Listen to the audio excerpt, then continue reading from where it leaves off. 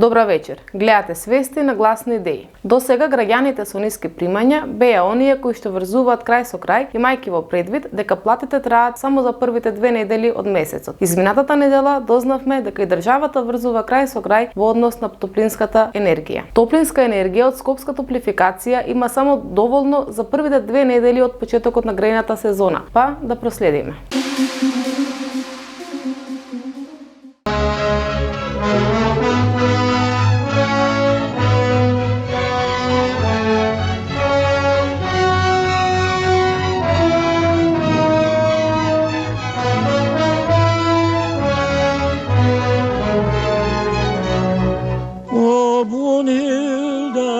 You're so far away. Yes, I know it. I can't help it. Oh, Brunhilde, be my love.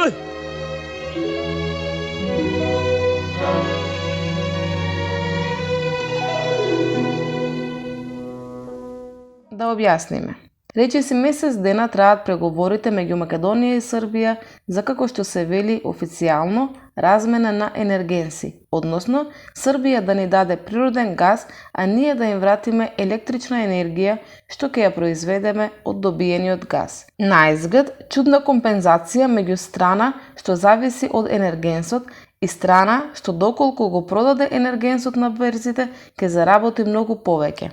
Веројатно во тоа се состои суштината зошто се уште нема одговор од страна на српската влада на нашата понуда. Овој пат немаме потреба од пакет вакцини, туку од милиони кубни метри природен газ. Доколку се постигне договор, обврска на Србија е да не снабдува со природен газ во наредните месеци. Тој е неопходен за електраната ТЕТО, која како нус производ од производството на електрична енергија испорачува топлина во системот за парно грејење во Скопје. Сепак, нема никакви изгледи за постигнување конечен договор да проработи електраната ТЕТО пред почетокот на грејната сезона на 15 октомври. Затоа, владата е растрчана во 5 до 12 да обезбеди течен газ по пониска цена од онаа која ја диктира берзата. Во операцијата под кодно име Топли радиатори за скопјани, вклучени се и државни претпријатија и приватни фирми од различни енергетски сектори. Шемата е неверојатна и изгледа вака. Државните електрани ЕСМ во четвртокот набавиле 3 до 4 милиони кубни метри газ од МАК Петрол. Цената не е позната, но неопходноста е позната. Овие количини се доволни за производство на топлинска енергија до крајот на октомври, а се наменети за топланите Исток и Запад, кои ЕСМ пред неколку дена ги земаше под закуп од Адора Инженеринг. Дали топланите Исток и Запад ќе продолжат да работат на газ и после 1 ноември, или пак ќе користат друг енергенс.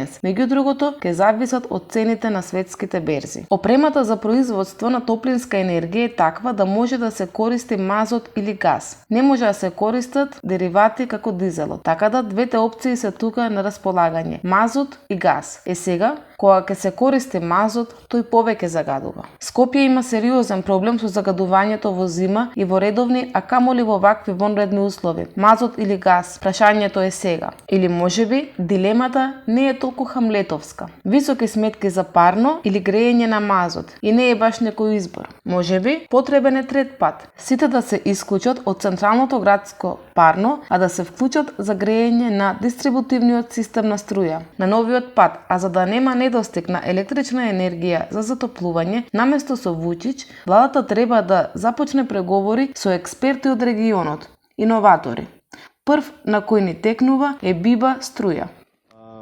Енергетски, не знамо више ни сами ти си инженер рударско-геолошки, можеш да прегледаш Бибу Струја, одакle njemu struje. Evo, mnogi ljudi sad, kad je ovakva ladnoća, zovu Bibu Struju da im greje stan. Тоа беше се во ова издание на Свести. Се гледаме следната недела во истиот термин.